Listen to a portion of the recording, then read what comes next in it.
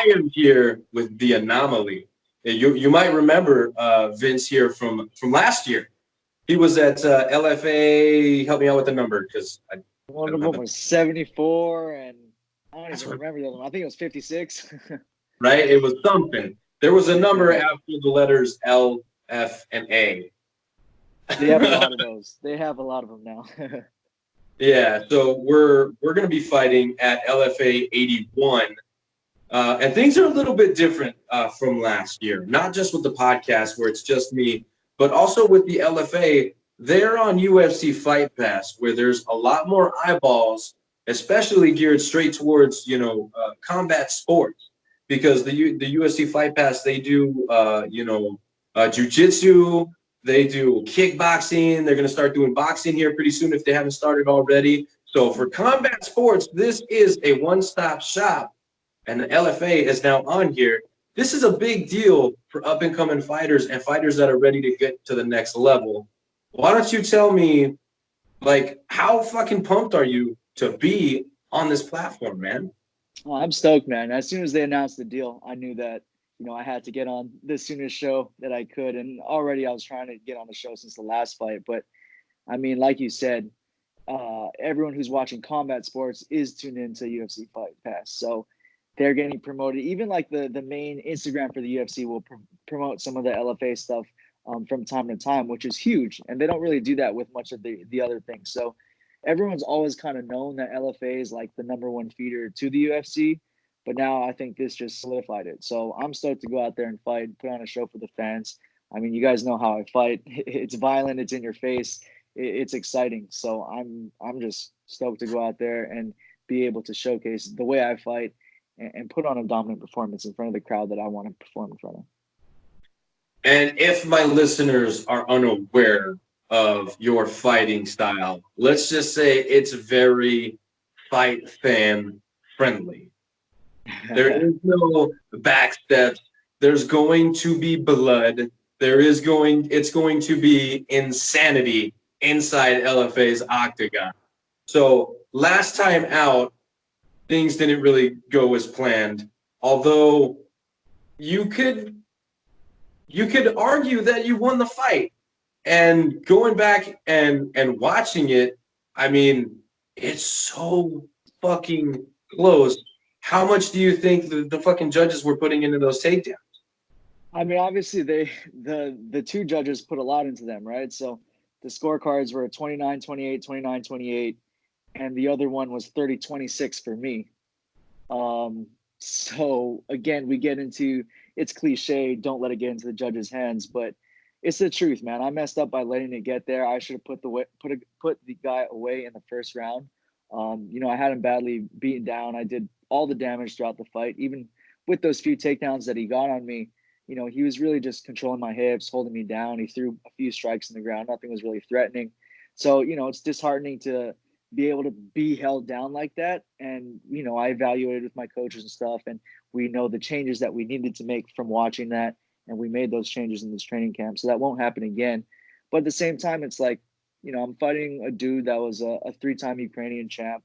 He's an absolute beast of a wrestler. And we didn't even, we didn't expect him to be that good on the ground. He was, but that was the fight we wanted. We wanted to fight an elite level wrestler. We got that. I learned from it. The past is the past now. Now it's time to put my head back down, put in the work, make sure I don't make those mistakes again, and now come out there and do my thing at this next upcoming show. Well, and I was just talking to somebody else about losses, right? Because people see losses and they immediately start to write a fighter off. You know what I mean? And it's like, no, man, you want to watch their next fight. You know what I mean? You want to watch their next fight because you're going to see the growth, okay? Because they're going to learn. If you're not learning, then you're losing. Then it is a loss, right? Absolutely. You Absolutely. win or you learn. I like that because it's true. If you can't learn from your losses, then it's really a fucking loss. You know Yeah. what I mean? Yeah. And I It's credit part of like the my journey. coaches for being able to watch the footage too and like look at just the small, tiny details and figure those out and just fix those little tiny gaps because in reality, in that fight, like, yeah, I fought a beast wrestler, but he wasn't like taking me down every shot he took.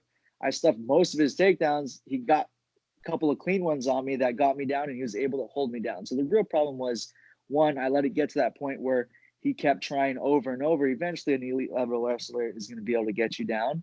And if they do get you down and they do have good hip control and stuff, it's going to be hard to get up. So thanks to my coaches, you know, we figured out some of the tiny mistakes that I did make, and now we're not going to make those again. Well, and that means going forward, everybody is fucked. Everybody Exactly. is fucked, right? Exactly. Because if you can figure out how to stop a takedown, or if when you get taken down to get up to your feet without taking any damage and without losing too much time on the clock, that really spells disaster for whoever's standing across from you. Does it not? Yeah, it absolutely does. And that's what it was, you know, for pretty much my whole fight career up until this last fight. So you mess with some elite level wrestlers, you get a taste of it, but now we got a little taste of that, and now we know how to defend against that. Now we know how to beat that, and it's going to be, you know, back to normal. Vince the Anomaly, just sprawling, brawling, throwing punches, making it fun, making it exciting. Okay, and speaking of exciting, you happen to be in my favorite weight class for LFA. LFA has the baddest bantamweights that aren't in the UFC, and 90% of you guys can compete at that level. LFA's card at the end of 2019 was headlined by Kyle Estrada and Adrian Yanez. Barn burner of a fucking fight. They could not have done better for a main event. It kind of set things, that this card has to perform. You know what I mean? Every card after that one has to perform, because now that's what people grow to expect. And I think LFA keeping fighters like you employed is good for business, because you're going to put on those types of exciting fights. You're going to put on those types of technical fights.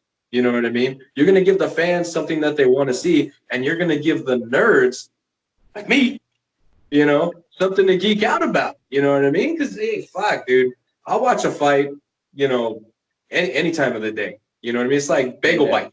Those little pizza bagel bites, pizza in the morning, pizza in the evening. Yeah, that's Yeah, I me with love those fights. You know things. what I'm saying? Yeah, man, we're out there with the just bleed meme, right?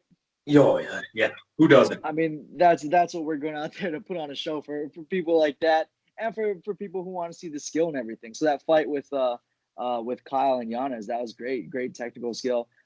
Kyle's my boy. Like, I train with him at Black House whenever he's able to get down there, and he's an absolute monster. And that fight was a great technical fight. I really loved it, and we're looking to put on more shows like that, and that's why I know that they're keeping me around, because that's what I'm going to bring every single time. And it's funny that you mentioned Kyle, because, I think I mentioned him first, but we're going to stay on him for a second, because I got to give that man a call, because I think that boy booked Arizona. I think he booked Arizona. So, yeah. Hometown. Yep. Yeah, he's going to be out there soon, man. I just trained with him, what was it? A couple of days ago I saw him. So he's ready. I know he's ready. He's always ready. So maybe you should come with. Fuck it. Maybe you should come with. Maybe in case any 35ers pull out other than his opponent, then I'll hop in too. Yeah, so that means you're willing to make a quick turnaround. I'm telling you, you are a dangerous man for the company. You're a dangerous man for the weight class. I mean, guys really have to watch out for guys like you. You know what I mean? It's insane, the fact that, and then, let's talk about that for a second. Why so long in between fights? We were trying to get right back on. There was going to be another card, I think right back in California at the end of last year, but then they had that whole Access TV deal kind of fall out, and they're waiting to sign the UFC Fight Pass deal. So for me, I was just kind of put on the shelf for a little bit, waiting for it to happen. But I talked to Ed and stuff, and Ed was like, "Yeah, well, we're gonna get you on a card. Just sit tight, be ready." And that's what I did. And sure enough, it's end of January. I'm back fighting again. And like you were saying earlier too, like, I want a quick turnaround. I want this year to be as many fights as I can do. I want to get a couple of quick wins here in the LFA, get a couple of quick finishes, and then see what happens after that. Okay. Well, you went ahead and started it, so I'm going to go ahead and finish it. What do you think would be after LFA if you pick up a couple wins pretty quickly? I think if I get 2 wins, I think for sure I could get on Contender Series, or we'll just see see what kind of openings happen there. Especially, with my fighting style. That's definitely what the UFC likes to see. So if I just come out there, do my thing, get those 2 finishes, then we're gonna be all good. Okay, so we're open to Contender Series. Are we open to maybe the PFL or something like Yeah, that? yeah. I mean, I'm interested in whatever's out there. So of course that'll be if offers come, then I'll sit down with my manager, make sure they know. But my ultimate goal has always been the UFC. So that's my main focus. Of course, we'd love to entertain anything that happens, but yeah, UFC is the best of the best, and that's where I know that I belong, and that's where I know that I'm gonna get to. And I believe you when you say that. I really do. You got the skill Thank you, set. brother. Thank you. You've got the skill set. You've got the fucking fighting style. You've got everything that Dana White himself wants in a fighter. You know what I mean? Appreciate that, Steve. Appreciate that. You're the package. You're entertaining, and not just in the cage, but you're also entertaining on camera. You've been doing some I don't know if it's like a sponsorship Yeah. sponsorship with Manscaped, right? Yeah. So I had to cut a couple of videos for them, and I didn't want to just show me using their product, shaving my arms or whatever. We had to make it funny. So you guys can check that out on my Instagram at Vince the Anomaly. But yeah, I love just cooking up good ideas. I mean, I'm a photographer and videographer, so usually I'm used to shooting other people, shooting mainly combat sports stuff. But it's fun to kind of turn the camera around and set up my own things. Well, first of all, you can tell that that's your forte or your where you're good at because, dude, that was clean. Thanks, That was man. about it, as clean as videography as you could get. Now, that's where I got to ask, did you have help or was that like all you? Were you setting up the camera and shooting the angles and stuff? Yeah, well, I was like, basically directing my wife, like, hold the camera like this. No, no, no, let's do it over. No, point it over there, point it over. What do you do?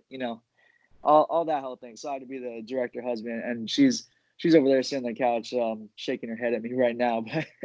But yeah, it was fun. I think this whole like semi-directing thing works out for me. Well, you definitely got to keep it up because the more of that content that we can get, the better. Because it is, just go and check it out. Whoever is listening or watching, you definitely got to go check that shit out. Because I guarantee you, you'll be on the floor. Because that shit's funny as hell. Thanks, man. Thank you. Okay, I'm sure she's still shaking her head over there, right? Yeah. Okay, so back to the fighting career. Okay, we're sitting on back-to-back losses, but look, we talked about the Casey Kenny loss. A, there's no shame in it. B, it was so quick, like shit fucking happens. It's gonna Yeah. happen. And then you were held down, so now you know exactly what you need to do to get to the level where you know you are at. Okay, Absolutely. so what changes aside from your wrestling? What changes did you make in camp that are going to help get you to where you want to be? Really just filling in more of the holes, like from the fights before, especially the Kenny fight, as you said, that was like, something happened. I dipped when I shouldn't have. I just wrong hand positioning, things like that. So yeah, we tightened up those holes, and with the wrestling, it was more so just tactical things, tactical errors that I was missing on, and it wasn't all just wrestling. It was okay. Well, he was able to do that because I let off the pressure on the feet here, or I should have been cutting this angle, and I should have been sitting down in some of these punches. So it wasn't necessarily just wrestling.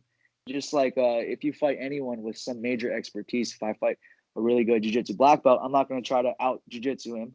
And if I'm fighting an elite level wrestler, I shouldn't just only train wrestling and think that that's going to do it because I'm never going to catch up to that person. So it's other aspects of my game that I needed to switch up a little bit. And I could have been throwing different types of strikes that probably would have prevented those shots and those takedowns from happening. So it's really just focusing on a little bit of those tiny details that will make sure that a person like this, a person like a wrestler, a person like a jiu-jitsu guy, a person like a striker or a boxer, making sure that they don't have any openings on me and that I can always counter.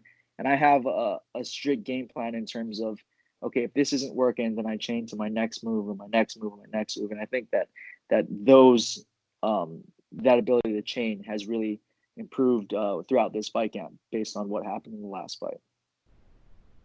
eh, having a backup plan is like I'm surprised more fighters don't have that.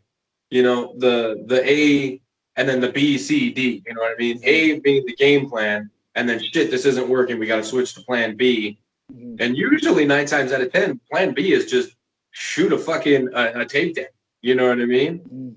Mm-hmm. So, and after that, there's not much else. So the fact that you have got everything nailed down to a plan A and then B, C, D, like that's a whole nother level of, game planning and really fighting. You know what I mean? You're on a different level. Absolutely. I mean, it's all about chaining everything together, and whether it's game plans or just your specific moves, having something that's almost like a web of traps. That's really how you elevate your game.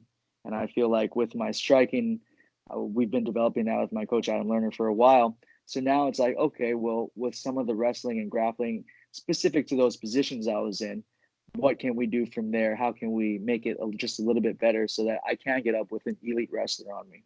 And that's not to say too, like my coaches get on me all the time because I've got grappling myself. It's just I like to stand and throw my hands and throw my feet. So they're all also been getting on me too during sparring and stuff to go for my takedowns and to make sure that I finish people on the ground, which I have been doing. So I'm really gonna look forward to mixing it up, always keeping it exciting, but really mixing it up.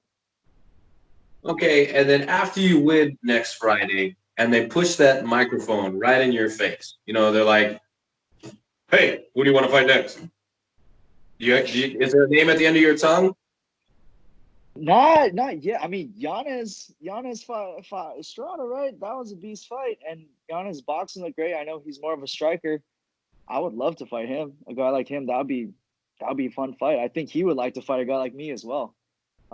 So I mean, that would be an ideal fight for me.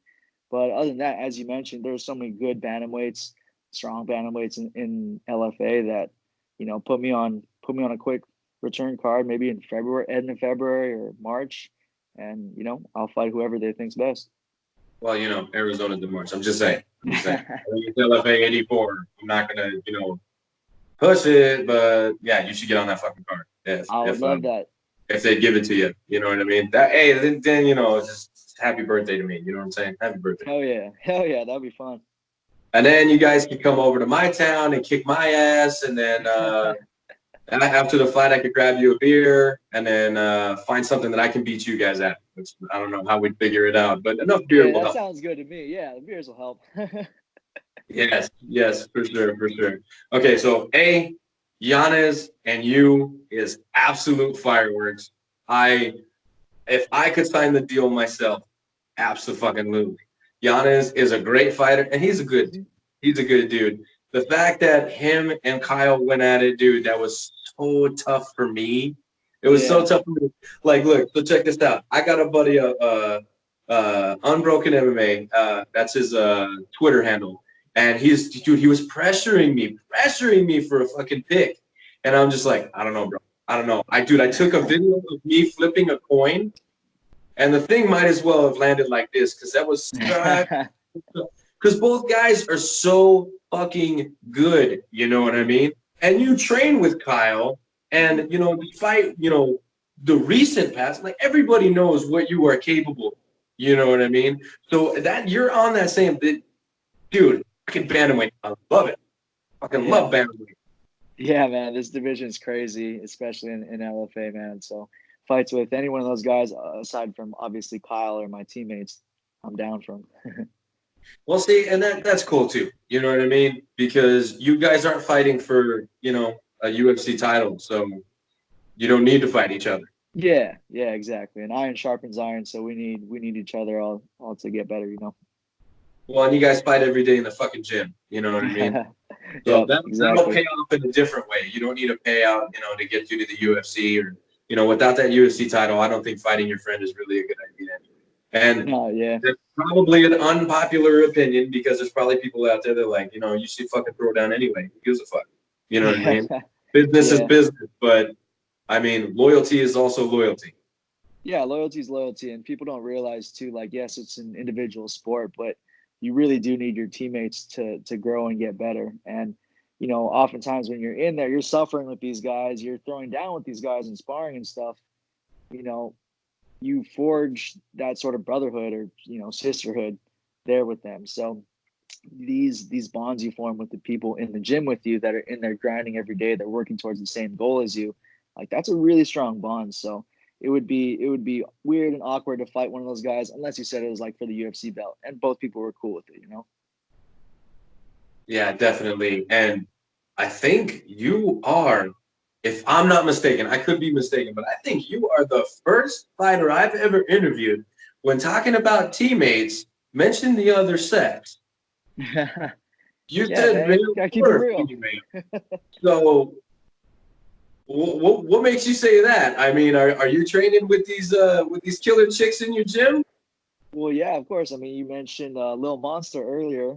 Vanessa, she's on the card with me as well, and she trains at Black House, and she's exactly what her name is. She's a little She's a monster. She's a little beast. beast. Yeah, She she's a is beast. a beast. She they shared on Instagram a video of her fucking kicking a bat in half. Yeah, I saw that. I saw that. She's crazy. Bro, holy shit. You know what I mean? Yeah. That's crazy. That's crazy. Absolutely insane. So that tells me that I ain't even fucking with the girls in your gym, bro. You got nope. You got Nah, to come there's to a bunch of my beasts house over when I have there. my 45 because I know a bat's not going to do me any good now. I have to Yeah, use my gun. So, and yeah, for I real. will. That's For the only real. way I'm No, going the to win. girls the girls are killer. And in many ways too, like because they're going up against all of these guys, it's kind of when they first start off, it's like they feel that pressure of I don't know. I don't want to say sexist, but I can't find the right word. But they feel that energy of like, oh, all these guys are gonna look down on me because I'm a girl, so they got to be tougher, they got to be better, and they need that drive to keep pushing through all of that. So the girls who do end up making it, the girls who do end up sticking around, they're all beasts. So don't mess with any of those girls there. Yeah, no, and I don't give a fuck. I like women's anyway, and I don't Yeah. care if that makes you unpopular. I don't, those chicks can throw down just as good as the dudes. You know what Oh I hell mean? yeah. Hell So, yeah. and sometimes even better. Not always. I'm not going to say that every girl fight is better than every dude fight or the girls are the most exciting fight on the card, but it does happen. They have the capabilities, and they're really starting to fill that gap between the men and the women. They haven't really had as long, especially at a high level to what you guys are performing at. But goddamn, dude, they're catching up and they're catching up quick. Yeah. Yeah. Absolutely. They're catching up quick. Keep those So, eyes all open. right, that's enough about women. I don't want the other fucking jumping through the phone and choking me. Okay. So, because I imagine she's probably, wrestled with you. She's probably got a good squeeze, I'd imagine. Yeah, yeah, she's a little Hawaiian, so she's feisty. Yeah. Okay. Nope. Nope. Nope. Okay. I don't want to. Nope. I'm sorry. I apologize. Don't hurt me. Okay. So the 31st, you're fighting LFA 81. The guy Isaiah Batten Gonzalez. If I butchered it, I apologize. But what does this guy do well that we need to keep an eye on? I mean, he's a striker from AKA, so he comes from a good camp. I fought actually his teammate Nolan Hernandez in the very same location down at OC Fairgrounds like maybe 2 years ago, and now Nolan's in the UFC. So, and I beat Nolan in that fight. So I feel like they're like the same size. They're both 5'10". It's kind of funny that I'm fighting, another 5'10" guy from AK in the very same spot.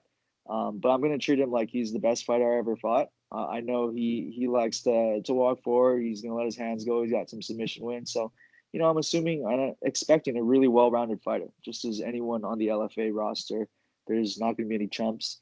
But really with my fights too, it's not so much thinking about the other opponent and being afraid of them. It's really just staying focused on my game plans, and being able to execute everything.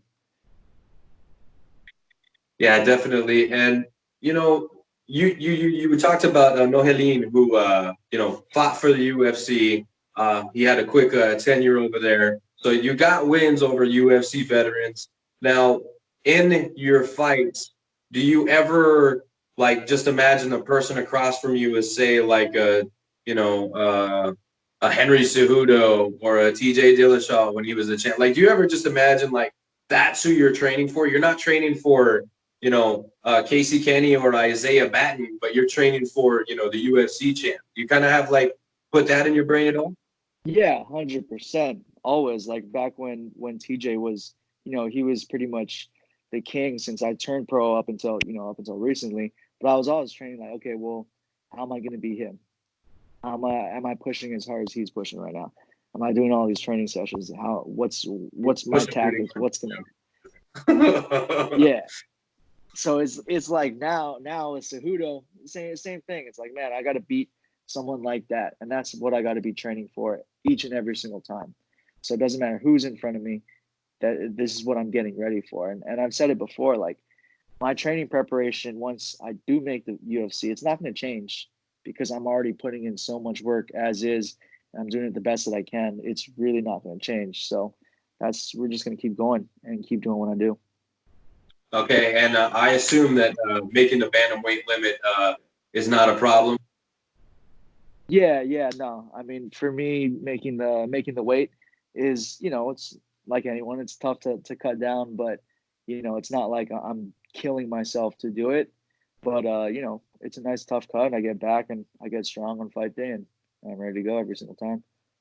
Okay, and I don't know if I asked you this in our previous interview, but would you ever entertain the 45? Nah, not probably not 45. I think just height wise and stuff, it'd be a little bit different. I mean, if I started lifting a bunch of weights and, and getting yoked, maybe. But I think that with me, I'm not the biggest 35er, but I'm certainly not the smallest either. But I think it wouldn't really be in the books to go up to 45. Well, and I don't know if I'm remembering correctly because I don't have his stats in front of me, but isn't the champ Volkanovski 5'6"? 45. Yeah, he is. But there's all that Rogan stuff about him coming down from like 210 or whatever he used to be. That Have dude's you seen the lifting. pictures? Have you seen That the dude. pictures? I haven't seen the picture. I gotta check it They out. are insane. They are insane. He was absolutely. I mean, he was every bit of 210 pounds. Let me just tell you Yeah. that right Yeah. now. So, Yeah, that's like the ongoing joke. But man, anyone 5'6" and that big and jacked, like it's it's crazy that he makes 45 now. But yeah, I don't think I have that much muscle on me. okay, and would you ever entertain uh, going down? No. That would be the whole weight camp would be me cutting weight. Like I can maybe do it if I spent 3 months really just getting skinny and losing a bunch of muscle and stuff. But yeah, that's too. Like I've thought about that before, or before I even turned pro. I was like, well, should I go to 25 or should I stay at 35? But nah, 35 is definitely my home. And did you ever attempt to cut to 25? Nah, because out over here in California for amateurs, we used to have same day weigh-ins. So I would walk around really light and lean at like 141, and then finish like my cut to 35 for amateur for the same day stuff. And even just walking around at 141 was hell for me. I was just skin, bones, and muscle, and I was like, I would have to lose so much muscle just to make it to 25 that it wouldn't be worth it. Okay, so 35 is where we stay put. So that Yeah, means you got to worry about killers like Marlon Moraes, yeah, Aljamain Sterling, Dvalishvili, I think is how you pronounce the other guy's name. Like there is no easy fights. But then you got all the fucking killers in LFA. Like yeah, there is no like it seems like there's no light at the end of the tunnel for this weight class. Like you literally have to go through a murderer's row just to yeah, get to just to get to a good spot with LFA. You know what I mean? There's just no yeah. easy fights at all. Bantamweight. That's why I said in the beginning of the interview. It's my favorite division in LFA, Mhm. hands down. The big guys can't compare. Okay, the little guys, you guys are technical. You guys are able to put on a pace that the bigger guys can't. You know what I mean? And a lot Yeah. of you got fucking skills on the feet that's able to put the other man down. So Yeah, I think it's the perfect blend of everything, of that speed and the hands and the strikes where it's like, yes, we have that knockout power, but it doesn't come as often as let's say a 55 or 70 or so it is like you got to have skills to keep up. You can be landing great shots and not be putting the guy out. So it creates awesome battles on the feet, on the ground, and yeah, like you said, it's a murderer's row from the point that I am all the way to the top of the UFC. But that's the fun part about it. I would love to be there and get through that challenge rather than be there and be like, oh, well, I kind of got lucky with some opponents here or there and got a few lucky knockouts, whatever it is. Like to be a great 35er, it's validation that you're a great fighter. And that's what I appreciate about being a 35er. Absolutely, absolutely. And the dream of being able to do what a 35 great and Uriah Faber could never do, get that UFC title, Mm-hmm. like that's pretty dope. That's pretty dope. Because look at a guy like Uriah Faber, never got the UFC title, one of the best 35ers of all time. Yeah, exactly. A complete legend of the sport of the division, and the California kid's a legend of the sport. Really, he's back in like the King of the Cage days, fighting outdoors and stuff. I remember watching some of those fights on YouTube. Um, but yeah, I mean, someone that good, someone that great, still never got to the belt. It's just proof that 35 is the place to be. You got to be the best of the best.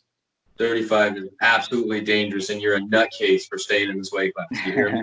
You're Yeah, an absolute nutcase. But please don't change. Please don't change. it's in my soul. Yeah, that's what I'm talking about. Okay, so next Friday, you get your hand raised. How does it happen? It's gonna come by finish for sure. Like as I mentioned before, like no more going to the judges. That was my fault for letting that fight get to the judges. So I'm gonna put this guy away. If I don't put him away, I'm counting it as a loss in my own head. But we're gonna put him away first or second round. It's gonna be by TKO KO.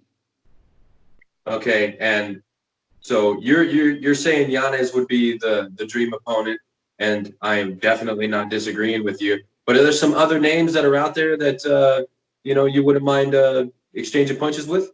I mean, not any particular names. I want to go out there and fight again quickly, as I said. So LFA's got a bunch of killers, regardless of if it's going to be him or anyone else in the division. I just want to go out there and do my thing. Absolutely. Well, I can't fucking wait.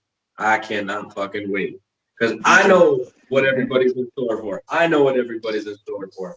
So they got to get their asses to UFC Fight Pass on January 31st. You're going to be taking on shit, I already forgot his name. Isaiah Gonzalez. Yeah, Isaiah Gonzalez. And we're looking for a great scrap. Both you guys are pretty technical fighters. I think this is going to be fireworks. You're looking at potentially fight of the night. You know what I Yeah, mean? yeah. So If this he is brings it, then we're gonna put on a show because you know how I like to fight. hell yeah. And then we need to get you on some fucking on that Arizona card. So LFA, who do I got to fucking knuckle up, man? Because this is some bullshit. I'm trying to bring a good card to Arizona. Let's go. I'm down. I'm down. All right, man. Well, dude, as always, it's always a blast fucking catching up with you. Hopefully the honey's not too tired of my voice yet, and everything's good there, and we get to the fight healthy, make weight, and just put in the work. Yeah, thank you, Steve. It's been great talking to you. I'm excited to go out there put on a show for you again, and yeah, man, I appreciate everything. Absolutely, I can't fucking wait. Like literally, I'm like, what fucking day is it already? I got a tour coming up, and I don't even care about that right now. I'm only worried about the anomaly. I want to see the anomaly already. Come on, man, this is bullshit. Hell yeah, let's go. All right, so real quick before I let you go ahead and drop your tags. We're at the anomaly. Yeah, at Vince the Anomaly. You can find me on like Twitter, mainly active on Instagram and stuff. So check me out over there. And Check out them yeah, man. videos. Yeah, check out the videos. Check out them videos, man. He does his own work too. At least the directing part. Yeah, yeah. The directing, the editing, all that good stuff. Yeah, all that shit that I just could never comprehend. So you got another thing on me. We got to figure out something. You know what? I'm whiter than you. How about that? I'm There you whiter go. than you. You're definitely winning that one. I burn faster than you. I'll get a sunburn way faster than you. Oh yeah, yeah. I go out there, Yeah, I turn bronze. Nothing yeah. burns. So does my wife. So she turns blue too. I'm over here baking pink, and she's just like, look, I'm Jew Gold. That's So, great. anyways, do you want to thank anybody before I let you go? Yeah, yeah, of course. Well, mainly, obviously, my coaches, Adam Lerner, Kevin Casey, Kenny Johnson, Chad George. Thank you guys for helping me out so much this camp. My sponsors, we got Manscaped, Miss Mary Jane's. We've got the Boiling Crab Hawaii, and of course my management as well, Iridium Sports, and who else we got? I think Defend Hawaii, of course, Fight Tips. Yeah, I'm gonna go out there and put on a show and make all those guys proud, man. Thank you guys for all the support. Absolutely, 100%, man. We look forward to your fight, and we wish you good luck. Thank you, brother. I appreciate it. All right, man. Well, you have a good one, and we'll talk after the fight. Hell yeah, absolutely. Thank you. I appreciate the interview, man. Absolutely, man. All right, brother. Take care. Take it easy, man.